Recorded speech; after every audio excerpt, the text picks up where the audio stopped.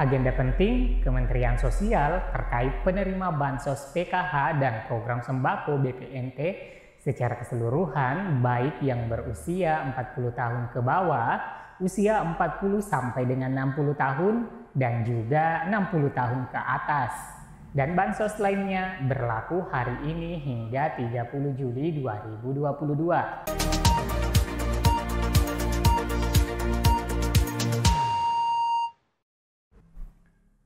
Assalamualaikum warahmatullahi wabarakatuh. Apa kabar sobat pemirsa YouTube?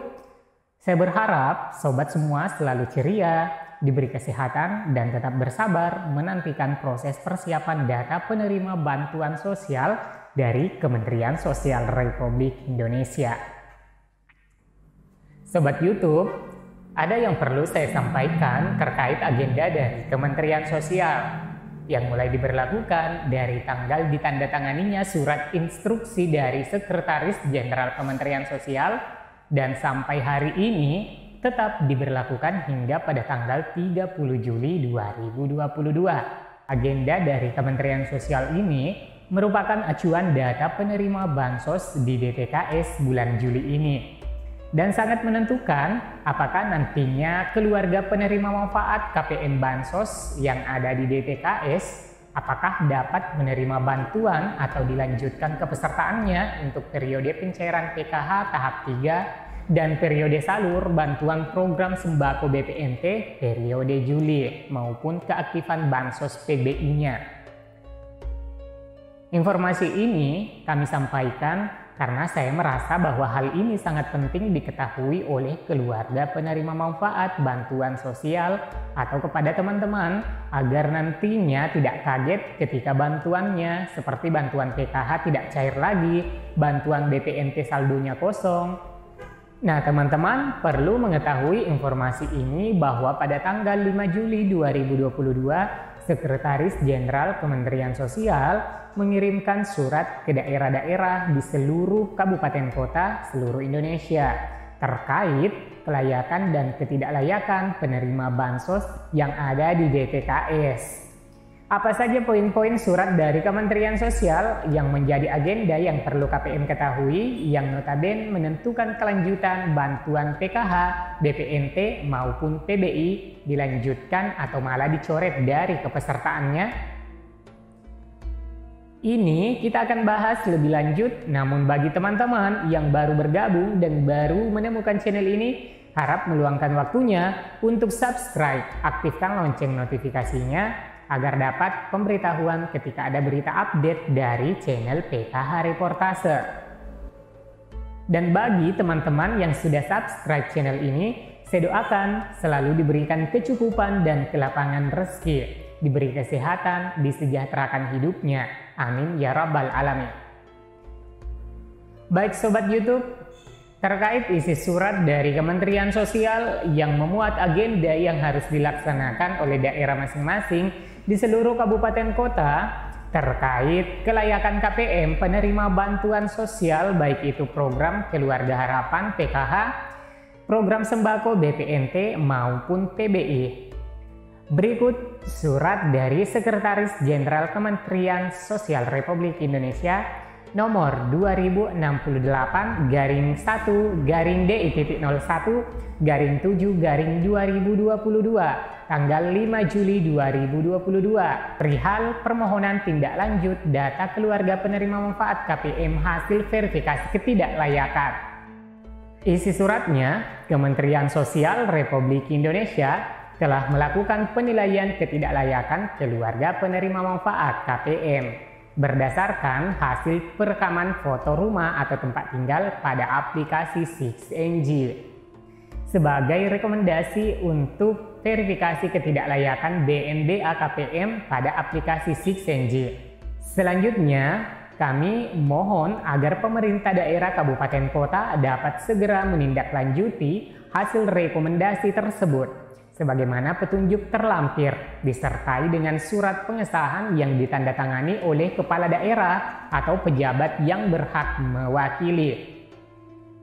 Hasil verifikasi mohon agar segera dapat disampaikan melalui aplikasi 6NG selambat-lambatnya tanggal 30 Juli 2022 untuk penetapan DTKS periode Juli 2022. Apabila hingga batas waktu periode yang ditentukan masih belum dilakukan tanggapan terhadap data yang dimaksud, maka pemerintah daerah kabupaten kota dianggap menyetujui rekomendasi penilaian KPM yang telah dilakukan oleh Kementerian Sosial. Nah, teman-teman, saya mencoba menerangkan maksud dari surat Sekretaris Jenderal Kementerian Sosial ini agar teman-teman bisa memahami proses data penerima bantuan sosial yang menjadi acuan kelanjutan bantuan sosialnya. Bahwa Kementerian Sosial telah memverifikasi berdasarkan hasil foto geotagging. Foto geotag ini sudah ada pada DTKS yang pernah dilaksanakan oleh pejuang muda, pendamping PKH, petugas PT POS saat melakukan penyaluran. Petugas yang ditunjuk melaksanakan foto geotek ini sudah terekam di pusat. Dan dari hasil foto rumah yang telah disurvei oleh petugas, dijadikan rekomendasi daftar nama BNBA. Apa itu BNBA? By name, by address atau kesesuaian data tentang nama dan alamat. BNBA ini merupakan sumber acuan apakah teman-teman terdaftar sebagai penerima atau ada dalam daftar nama-nama yang tidak lagi layak menerima bantuan sosial. Khusus untuk verifikasi hasil geotek ini, daftarnya sudah dikirim ke masing-masing daerah di seluruh kabupaten kota ya teman-teman. Dari hasil geotek yang ada di data pusat ini dikirim kembali ke daerah-daerah untuk dilakukan verifikasi ulang oleh pemerintah daerah. Dalam hal ini, pemerintahan terkecil yaitu kepala desa maupun lurah melalui operator 6NG di desa.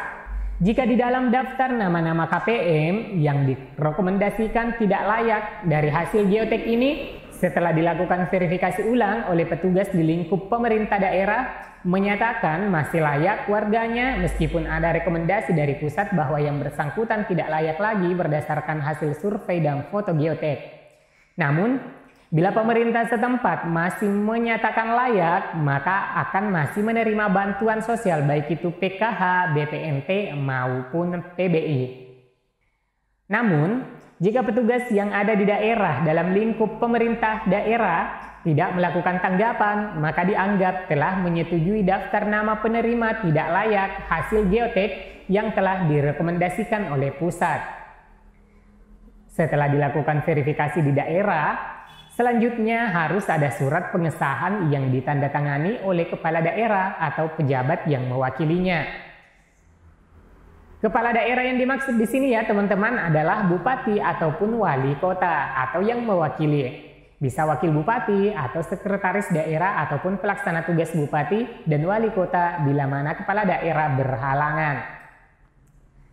Dan verifikasi di daerah ini diharapkan selesai paling lambat 30 Juli 2022. Dan apabila tidak dilaporkan atau diinput tidak layak lewat 6NG atau pengesahan tidak dilaksanakan oleh bupati atau wali kota atau yang mewakilinya, maka Kementerian Sosial akan menganggap bahwa KPM tersebut telah disetujui untuk ditidaklayakkan oleh Kementerian Sosial.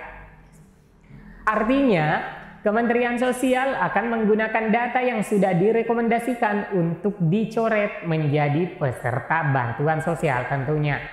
Jadi KPM perlu mengetahui hal ini dan apabila kedepannya bantuannya tidak cair atau nama sudah keluar dari DTKS, maka KPM tersebut masuk dalam daftar nama yang ditidaklayakkan atau BNBA yang sudah tidak layak lagi dari Kementerian Sosial dan sudah dianggap sebagai data valid yang sudah disetujui oleh pemerintah daerah.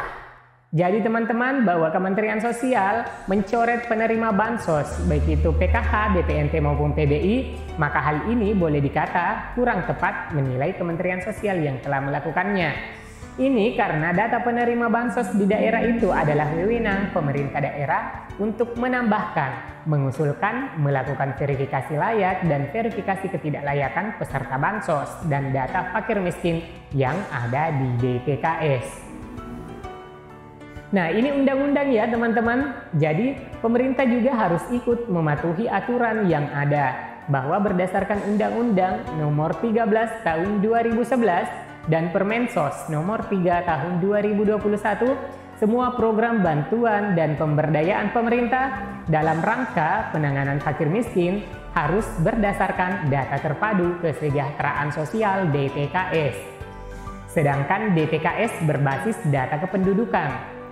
Pada dasarnya, pengusulan untuk masuk dalam DTKS ataupun pengusulan menjadi keluarga penerima manfaat KPM Bansos yang merupakan program reguler Kementerian Sosial Republik Indonesia, program sembako PKH PBI merupakan kewenangan pemerintah daerah kabupaten kota bersama dengan pemerintah lingkup terkecil yaitu desa ataupun kelurahan.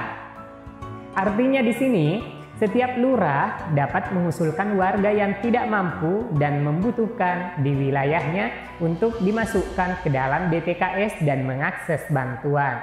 Jadi sangat jelas ya teman-teman, Kementerian Sosial menyiapkan anggaran bansos teman-teman. Tapi yang menentukan ketidaklayakan maupun kelayakan itu dari pemerintah daerah, dalam hal ini lingkup pemerintah terkecil, kepala desa maupun lurah. Nah, sehubungan dengan berlakunya Permensos Nomor 3 Tahun 2021 tentang pengelolaan DTKS, maka seluruh penerima bansos wajib DTKS. Sepanjang tahun 2021 telah dilakukan verifikasi dan validasi data usulan penerima bantuan beberapa kali, bahkan dilaksanakan setiap bulannya dan harus disahkan oleh kepala daerah, bupati, atau wali kota di daerah teman-teman. Nah, hasil pengesahan itu selain nantinya data-data dari daerah seluruh Indonesia menjadi data penerima bansos dan disahkan atau di-SK-kan oleh Kementerian Sosial dan dilakukan setiap menjelang periode penyaluran. Sehingga mungkin saja pada proses tersebut terjadi penonaktifan status kepesertaan bansos PKH, DPNP, PBI, teman-teman tidak lagi aktif.